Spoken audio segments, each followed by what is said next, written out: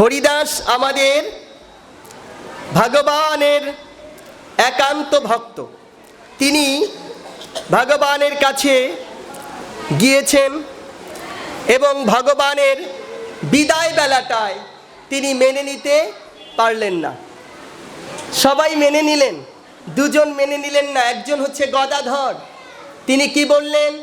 তিনি ডাইরেক্ট বললেন, শোনো নিমাই, কে তোমায় বলেছে? এর আগে কোনোদিন এইভাবে বলেনি।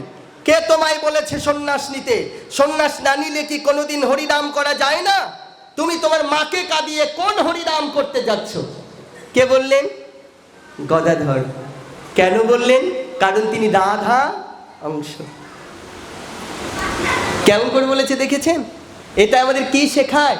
আমাদের শেখায় আপনি না ছাড়লে বাবা কখনো যেতে পারেন না। শুরুতে বলেছিলাম, যদি দুইজন মিলে গোবিন্দের চরণ নয়নের জলে ধুইয়ে একবার তুলসী দেওয়া যায়, গোবিন্দ সেই তুলসী গ্রহণ করে বলে, তোদের দুজনকে একসাথে নিয়ে আসবো আমার ছায়ায়। আগে পরে হয় না, একসাথে যাওয়া যায়। তাই এ দেশের নারীকেই শুধু সহধর্মিণী বলা হয়। আমেরিকান নারীদের সহধর্মিণী বলা হয় না, বলা হয় বেড পার্টনার। সহধর্মিণীকে যিনি আপনার ধর্মপথে অগ্রসর করে দেয়, তিনি হচ্ছে সহধর্মিণী। তো হরিনাম করবার জন্যে হরিদাসকে দরকার। হরিদাসের মতো তো আমরা নাম করতে পারবো না, কারণ আমরা সংসারী জীব, আমাদের অত কিছু হবে না। সেই হরিদাস বৃন্দাবনে যখন আমাদের গৌর হরি চলে যাচ্ছেন, তিনি বাহু প্রসারিত করে দাঁড়িয়ে বলেছিলেন, প্রভু সকলের তো সকল আছে, আমার তো কিছু নেই তুমি ছাড়া। তুমি আমায় ছেড়ে দিলে আমি কোথায় যে দাঁড়াবো প্রভু বলো দেখি। এ জগতে যার মা আছে, সে মাকে জড়িয়ে ধরে বলতে পারে তুমি আমার সহায়। এ জগতে যার বাবা আছে, সে বাবাকে জড়িয়ে ধরে বলতে পারে তুমি আমার আশ্রয়। এ জগতে যার বন্ধু আছে, তাকে জড়িয়ে ধরে বলতে পারে তুমি আমার আছো। প্রভু আমার তো এই জগতে তুমি ভিন্ন আর কেউ নেই, আমি কাকে জড়িয়ে ধরে বলবো তুমি আমার আছো? হরিদাসকে প্রভু কথা দিলেন, হরিদাস কান্না করো না, দেখা হবে, দেখা হবে। যখন পুরী ধামে সকলে গেলেন, আমার প্রভু তাকিয়ে দেখছেন কে কে এসেছে দেখি। সকলকে তাকিয়ে দেখছেন। প্রভু আনন্দিত ছিলেন। প্রভু কি করেছেন জানেন? সকলকে এত এত বেশি আপ্যায়ন করেছেন, নিজে হাতে মালা পরিয়ে দিয়েছেন প্রভু, নিজে হাতে আরতি প্রদীপ দিয়ে আরতি করেছেন। এসেছেন আমার সঙ্গী যারা ছিলেন, অদ্বৈতাচার্য, রঘুনাথ, সকলে এসেছেন, মুরারি মুকুন্দ সকলে এসেছেন। অনেকক্ষণ তাকিয়ে দেখছেন, একজন আসেনি। মায়ের এই জায়গাটা একটু ভালো করে খেয়াল করুন, মনে রাখুন, এটা খুব জরুরি আমাদের জন্যে। তাকিয়ে দেখছেন, একজন আসেনি। কখন এমন হয় জানেন মা? গুরু গরিষ্ঠ, গুরু লঘিষ্ঠ নয়। গুরু গরিষ্ঠ মানে অনেক বড়, তিনি ছোট নয়। সেই গুরুকে যখন নিজের মধ্যে ধারণ করা যায়, তখন নামে প্রেম হয়। গুরুকে যতক্ষণ ধারণ করা যাবে না, ততক্ষণ নামে কোনো প্রেম হবে না। যখন আপনি মালা জপ করতে করতে আপনার গুরুর কথা মনে করে পড়ে যাবে, আপনি ভাববেন আপনার মালা জপ সার্থক হয়েছে। যখন গুরু মালা জপ করতে করতে কোনো শিষ্যের কথা মনে পড়ে যাবে, তখন বোঝা যাবে শিষ্যের জীবন সার্থক হয়ে গেছে। হরিদাসকে খুঁজছেন। এক ভক্তকে ডেকে বলেন, শোনো, হরিদাস আসেনি। ভক্ত শুনতে পারে, প্রভু কি বললেন? বলছে আমার হরিদাস আসেনি। আর হরিদাস নেই। এবার কি হলো জানেন? আমার হরিদাস আসেনি। বিদেশ থেকে যখন সব মাল চলে আসে, মায়েরা তাকিয়ে থাকে আমার ছেলেটা কখন আসে। মা তাকিয়ে থাকে রাস্তার দিকে, আমার ছেলেটা কখন আসে। ও মা, আপনাদের যাদের মেয়ে বিয়ে হয়ে গেছে, শ্বশুর বাড়িতে খুব ভালো আছে, খেয়ে দিয়ে মোটা তাজা হয়েছে। আপনি ভেবে দেখুন তো, মেয়েটা কি আপনার কাছে মোটা হয়েছে? আপনার কাছে স্বাস্থ্য ভালো হয়েছে? মেয়েটা বাড়িতে আসলে মনে হয় না খেয়েও শুকিয়ে গেছে। মায়েরা জড়িয়ে ধরে বলে, এত শুকিয়ে গেছিস কেন? তুই কি ঠিক করে খাওয়া দাওয়া করিস না? মেয়ে বলে, কই মা, আমি তো অনেক মোটা হয়েছি। কিন্তু মায়ের কাছে শুকিয়ে গেছে। গৌরহরি খুঁজছে, গৌরহরি দেখছে আমার হরিদাস তো আসেনি। বলছে, কই রে, আমার হরিদাস আসেনি, আমার হরিদাস কোথায়? বলছে, আমি গিয়ে ডেকে নিয়ে আসি প্রভু, আপনি অপেক্ষা করেন, উনি এসেছে, একটু দূরে আছে, আমি ডেকে নিয়ে আসি। গিয়ে বললেন, হরিদাস তোমাকে প্রভু যেতে বলেছেন। হরিদাস কি বললেন জানেন? হরিদাস বললেন, আমি অতি নিচু জাতি ছাড়, আমার নেই মন্দিরে ঢোকার অধিকার।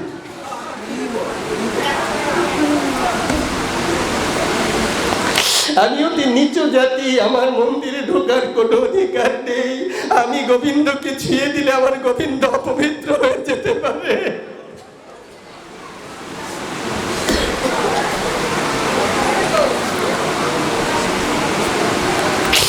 প্রেম মা, প্রেম এটা।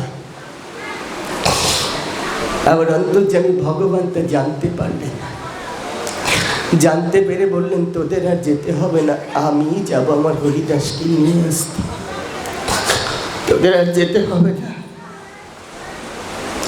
আমার প্রভু গিয়ে হরিদাসকে এতদিন পর দেখার পরে দৌড়ে গিয়ে হরিদাসকে জড়িয়ে ধরেছে। কে কখন বালুতে পড়ে গেছে নিজেরা একজনও জানেনি। হরিদাসের পা কখন গৌর ধরেছে, গৌরের পা কখন হরিদাস ধরেছে, দুই ভক্ত বুঝতেই পারেনি কখন ভগবান ভক্তের পা ধরে দাঁড়িয়ে আছে। অনেক কান্নাকাটির পর হরিদাসকে ডেকে বলল, হরিদাস তুমি কোথায় থাকবে ভাবছো, কোথায় খাবে ভাবছো? হরিদাস, তোমার থাকা খাওয়ার কোনো চিন্তা তোমাকে করতে হবে না মা। যদি নামে আশ্রয় করা যায় মা, তাহলে কারো থাকা খাওয়ার চিন্তা করতে হয় না মা। যারা একবার নামে আশ্রয় হয়ে গেছে, যারা একবার গোবিন্দের চরণে নিজেকে অর্পণ করে দিয়েছে, যারা একবার বলেছে, ঠাকুর তুমি আমার, আমি তোমার, তার আর কোনো অভাব থাকে না মা। ভগবান তার জন্য ভিখিরি হয়ে যায় গো মা। ভগবান ভিখিরি হয়ে ধনবানের কাছে গিয়ে বলে, তুমি কিছু দাও, আমার ভক্তকে আমি দিতে চাই।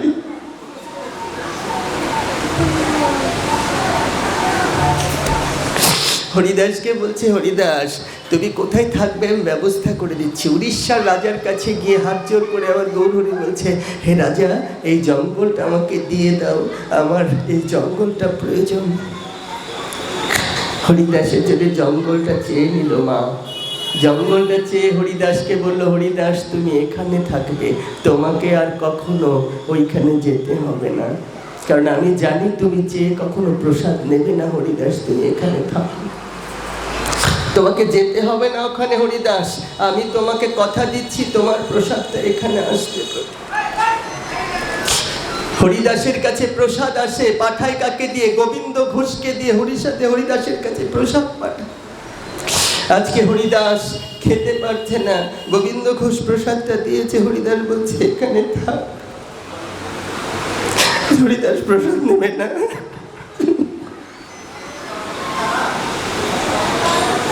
আমি হরিদাস প্রসাদ দেব না, প্রসাদটা থাক, আমার জব শেষ হয়ে গেলে আমি প্রসাদটা নেব, তোমরা আমার প্রসাদটা এখানে রেখে দাও। কারণ কি জানেন মা? হরিদাস জেনে গিয়েছিল প্রভু আর বেশি দিন থাকবে না, প্রভু চলে যাবেন। তাই হরিদাস বলেছিল, আমি প্রভু তোমার চলে যাওয়াটাকে দেখতে পারবো না, আমি তোমার চলে যাওয়াটা দেখতে পারবো না প্রভু। তাই হরিদাস ওইভাবে অপেক্ষা করছিল যে প্রভু কখন আমার কাছে আসবে। যখন প্রভু খবর পেলেন, প্রভু চলে আসলেন, এসে বললেন, হরিদাস তুমি সেবা করছো না কেন? এই যে হরিদাসের চাওয়া, কি চাও হরিদাস তুমি? হরিদাসকে বললেন, জানেন মা, যদি আমায় কিছু দিতে হয় প্রভু, যদি আমার আরেকবার জন্ম হয়, তাহলে যেন আমি ভক্তের বাড়িতে দাস হয়ে জন্মাতে পারি। প্রভু, আমার যদি আরেকবার জন্ম হয়, যদি ভক্তের অনুদাস না হতে পারি, আমি যেন ভক্তের বাড়ির কুকুর হয়ে জন্মাই।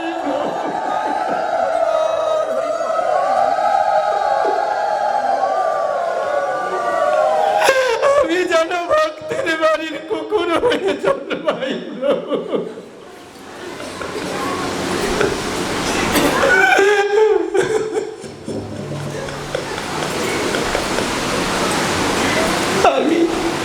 আমি আপনার কাছে কিছু চাই না প্রভু, যেন ভক্তের বাড়ির কুকুর হয়ে জন্মাতে পারি।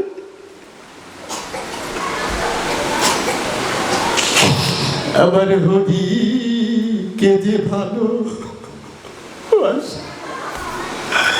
তার মতো বান্ধব না। আমার হরি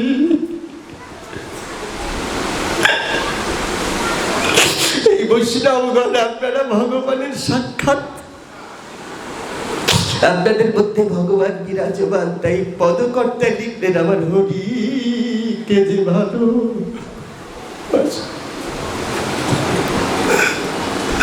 তার মতো বান্ধব না। আমার মনে বলে আমি তারে পেলে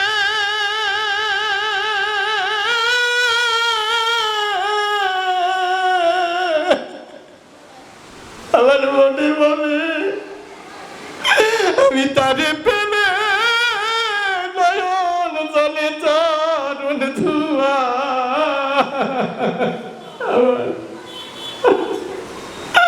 আমার গোবিন্দ কে যে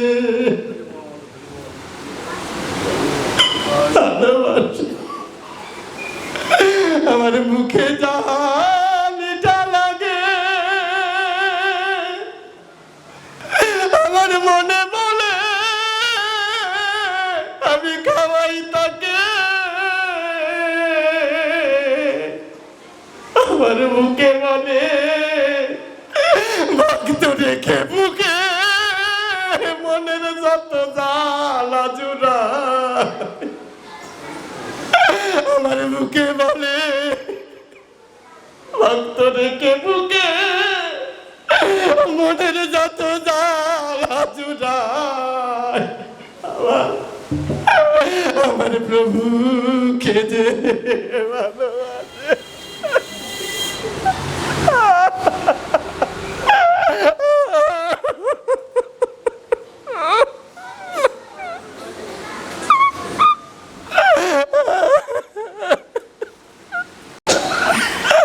আমি জন্মি যদি পশু কুলে, যেন হরি ভক্তের সঙ্গ মেলে। আমি জন্মি যদি মাগো আবার পশু কুলে, যেন আমার কৃষ্ণ ভক্তের সঙ্গ মেলে। আমি এক জন্মে নয়, জন্মে জন্মে এই ভক্ত সঙ্গ না। আমি এক জন্মে নয় মানে জন্মে। দেখতে দেখতে আয়ু বেলা কখন শেষ হয়ে যাবে জানা যাবে না। আসো প্রাণ ভরে একবার বাহু তুলে হরি বল, হরি বল।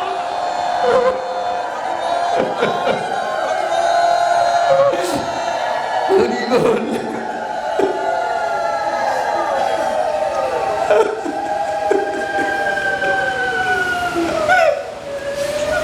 চলে গেছে মা, আর বলতে পারবে না। প্রত্যেক আসরে আসরে যে অজিত বাবু থাকতো আর দেখা যাবে না, আর বলতে পারবে না। এমন দিন আমাদের সবার একদিন হবে, চাইলে আর বাহু তুলে প্রাণ ভরে হরি বল, হরি বল, হরি বল বলা যাবে না,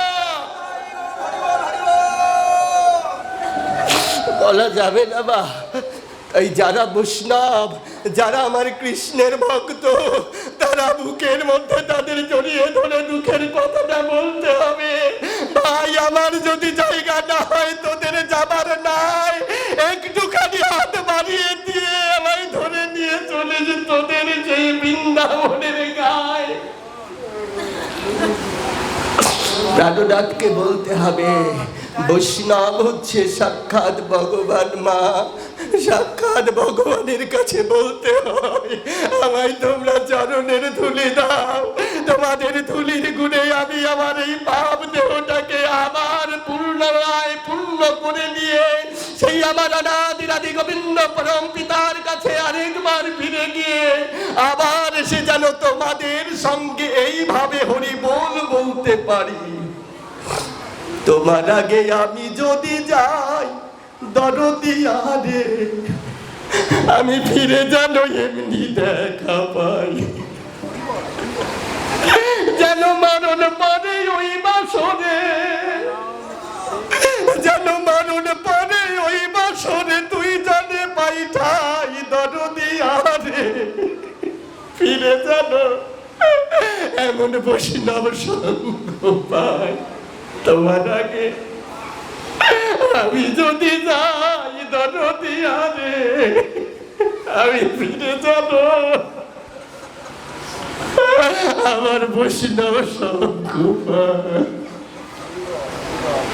মাগো, বহু জন্ম পুণ্যের ফলে একজন বৈষ্ণব হওয়া যায়। বহু জন্ম পুণ্য থাকলে একবার ঘা গোবিন্দ কৃষ্ণ বলে নয়নের জলে বুক ভাসানো যায়। বহু জন্মের পুণ্য না থাকলে হয় না মা।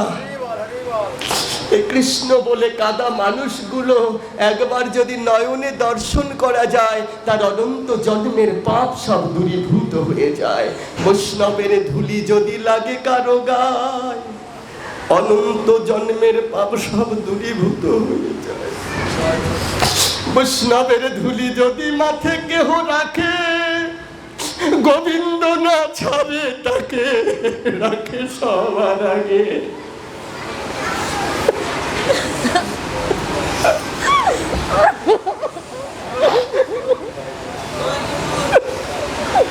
এই বৈষ্ণব ধুলির এমনই গুণ, আমার কৃষ্ণ দয়াময় ব্রজের ধুলিতে নিজে গড়াগড়ি যায়।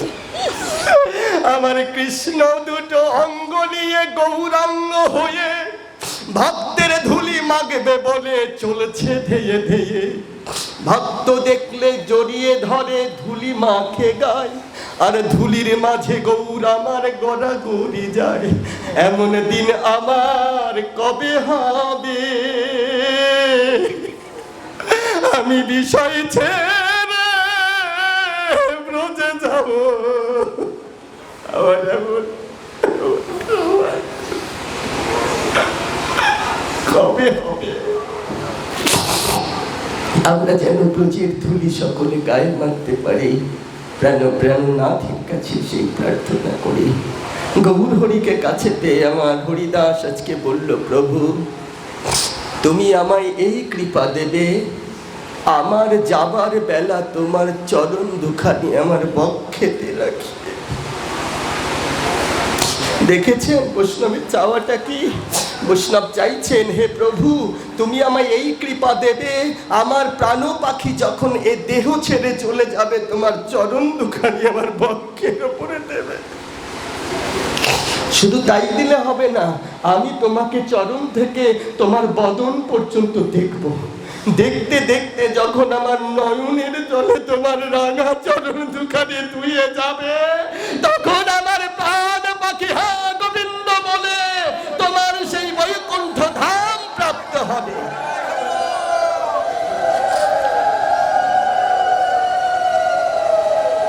একবার প্রেম সে বলো রাধে, জোর সে বলো আরো জোরে, মন থেকে বলো।